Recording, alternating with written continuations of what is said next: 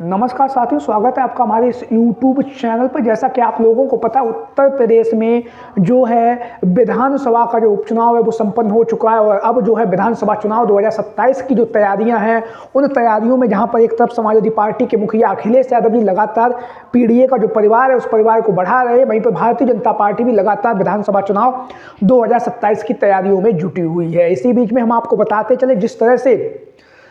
जो बाबा साहब भीमराव अंबेडकर को लेकर देश के गृह मंत्री ने अमित शाह जी के द्वारा जो बयान दिया गया है, जिस बयान में उन्होंने कहा था, विपक्षी सांसद जब लगातार जय भीम बाबा साहब अमर रहें के जो नारे थे उन नारों को दे रहे थे, संविधान की किताब को अपने हाथों पर उठा के जो अपनी बातें रखना चाह रहे थे, तभी जो देश के गृह मंत्री उन्होंने कहा था, जितना आप जो है बाबा साहब का जितना नाम ले रहे हैं, इतना अगर आपने भगवान का लिया होता तो आपकी जो है सातों पीढ़ियां स्वर्ग में पहुंच जाती और आप भी स्वर्ग में ही चले जाते जब आपका समय आता तब। लेकिन अब जो है उसी बयान को लेकर जहां पर विपक्षी जो सांसद हैं, विपक्ष के जो नेता हैं, विपक्ष की जो पार्टियां, वो लगातार देश के जो गृह मंत्री हैं अमित शाह से माफ़ी मांगने की जो है बात कर रहे हैं, लगातार कह रहे हैं कि अमित शाह को माफ़ी मांगनी चाहिए और उन्होंने जिस तरह से जो अपना बयान दिया है उस बयान पर अपनी माफ़ी मांगे, नहीं तो उसको लेकर आगामी समय में जो है इसका परिणाम जो है भारतीय जनता पार्टी देखेगी। जहां पर लगातार जो विपक्षी सांसद जहां पर धरना प्रदर्शन कर रहे हैं, वहीं पर अब आम जनता भी, जो बाबा साहब भीमराव अंबेडकर को मानने वाले जो लोग हैं, उनकी विचारधारा को मानने वाले जो लोग हैं, वो लगातार सड़कों पर उतर आए हैं। उत्तर प्रदेश में भी समाजवादी पार्टी लगातार संघर्षशील है। बाबा साहब भीमराव अंबेडकर के लेकर जो बयान अमित शाह के द्वारा दिया गया था, जगह बेजगह पुतले फूंके जा रहे हैं, लगातार धरना प्रदर्शन दिया जा रहा है। वहीं पर अब जो है देश के गृह मंत्री अमित शाह और भारतीय जनता पार्टी के खिलाफ जो है उत्तर प्रदेश की पूर्व मुख्यमंत्री बहुजन समाज पार्टी की सुप्रीमो मायावती जी भी जो है अब मैदान में आ चुकी हैं। बहुजन समाज पार्टी के द्वारा भी लगातार अमित शाह से माफ़ी मांगने की जो बातें हैं वो सामने आ रही हैं। वहीं पर जो है अभी तक अमित शाह के द्वारा इस पर कोई भी बात नहीं कही गई है, तो कहीं ना कहीं अब भारतीय जनता पार्टी के लिए जो है कहीं ना कहीं खतरे की घंटी बजती हुई दिखाई दे रही है, क्योंकि बाबा साहब भीमराव अंबेडकर को मानने वाले जो लोग हैं, पिछड़ा, दलित, अल्पसंख्यक और आदि आबादी जो है वो लगातार बाबा साहब भीमराव अंबेडकर को मानने वाले लोग हैं। इसी कड़ी में हम आपको बताते चलें, भारतीय जनता पार्टी के जो सहयोगी दल हैं उनमें से भी बहुत सारे ऐसे दल हैं जिनकी जो विचारधारा है बाबा साहब भीमराव अंबेडकर की विचारधारा से मिलती है। आप यूँ कहें, बाबा साहब भीमराव अंबेडकर को मानने वाले लोग हैं। इसमें से हम बात करेंगे आज उत्तर प्रदेश में, तो उत्तर प्रदेश में 3 ऐसे दल हैं जो भारतीय जनता पार्टी की सरकार को चलवा रहे हैं, सरकार में शामिल हैं और पिछड़े, दलित, अल्पसंख्यक और आदि आबादी की आवाज़ जो है वो बुलंदी के साथ उठाते हैं और लगातार जो है बाबा साहब भीमराव अंबेडकर ने जो संविधान दिया उस संविधान को आगे रखकर जो है भारतीय जनता पार्टी का सहयोग कर रहे हैं। तो ऐसे जो 3 नेता हैं उनको लेकर आज हम बात करेंगे और आगामी समय में अगर देश के जो गृह मंत्री ने अपने जो माफ़ी नहीं मांगी, अपने शब्दों को वापस नहीं लिया जो उन्होंने बाबा साहब भीमराव अंबेडकर को लेकर दिए हैं, तो निश्चित तौर से ये जो भारतीय जनता पार्टी के जो सहयोगी दल हैं, ये जो अपना समर्थन है भारतीय जनता पार्टी से लेकर समाजवादी पार्टी को दे सकते हैं। तो इस कड़ी में पहला जो नाम है वो हम आपको बताते चलें, निषाद समाज पार्टी के जो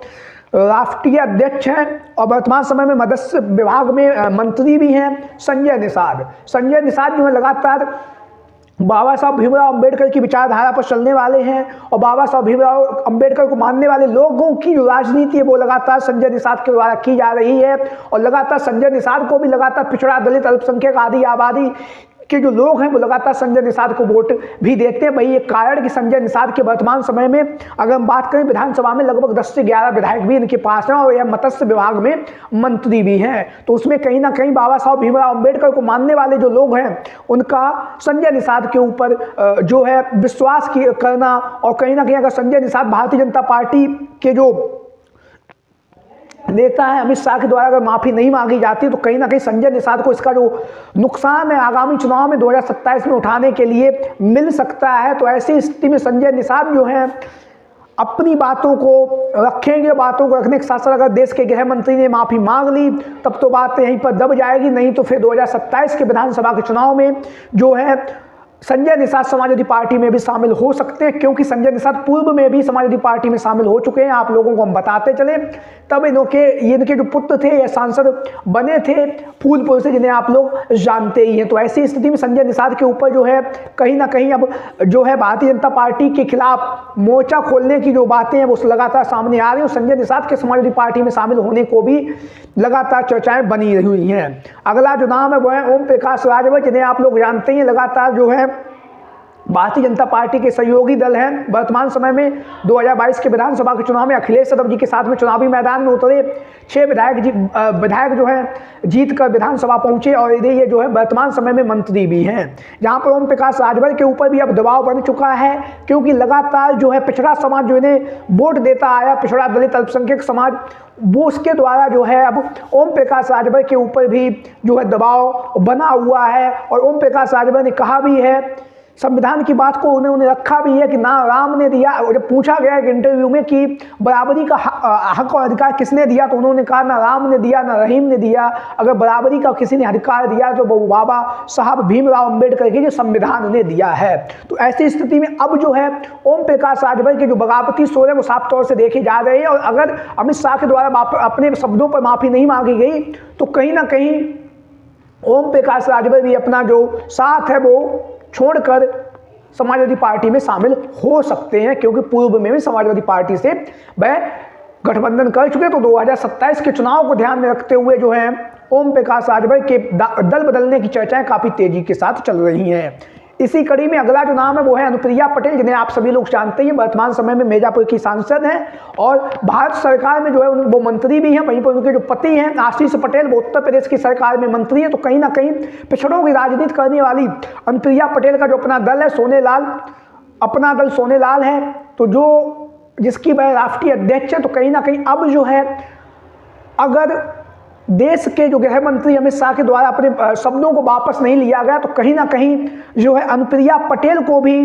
अपने समर्थन के बारे में विचार करना पड़ेगा, क्योंकि पिछड़ों का वोट लेकर ही यह विधानसभा में इनके पति पहुंचे हुए हैं और स्वयं ये लोकसभा में पहुंची हुई हैं। तो ऐसी स्थिति में भारतीय जनता पार्टी के तीनों नेताओं को या इन तीनों पार्टियों को जो हम आपको बता रहे हैं, अपना दल सोनेलाल है, अनुप्रिया पटेल जिसकी राष्ट्रीय अध्यक्ष हैं, ओम प्रकाश राजभर की सुहेल देव समाज पार्टी और संजय निषाद की निषाद समाज पार्टी जो है वो उसके अब दल बदलने की चर्चाएं काफी तेजी के साथ चल रही हैं। और ये जो नेता हैं इनके दल बदलने की भी चर्चाएं काफी तेजी के साथ चल रही, क्योंकि बाबा साहब भीमराव अम्बेडकर को ऊपर जिस तरह से देश के गृह मंत्री ने जो बयान दिया है वो कहीं ना कहीं अब राजनीतिक हलकनों में लगातार चर्चाओं में बना हुआ है। आप लोगों की क्या राय है? क्या इन तीनों नेताओं को भारतीय जनता पार्टी से अपना सहयोग और समर्थन वापस ले लेना चाहिए, या फिर आपके जो भी विचार हो, जो भी राय हो, सभी साथी कमेंट बॉक्स में अपनी राय और अपने विचार जरूर दें। आज की वीडियो में इतना ही। जय हिंद, जय भारत। वीडियो को अंत तक देखने के लिए आप सभी का बहुत बहुत धन्यवाद एवं आभार।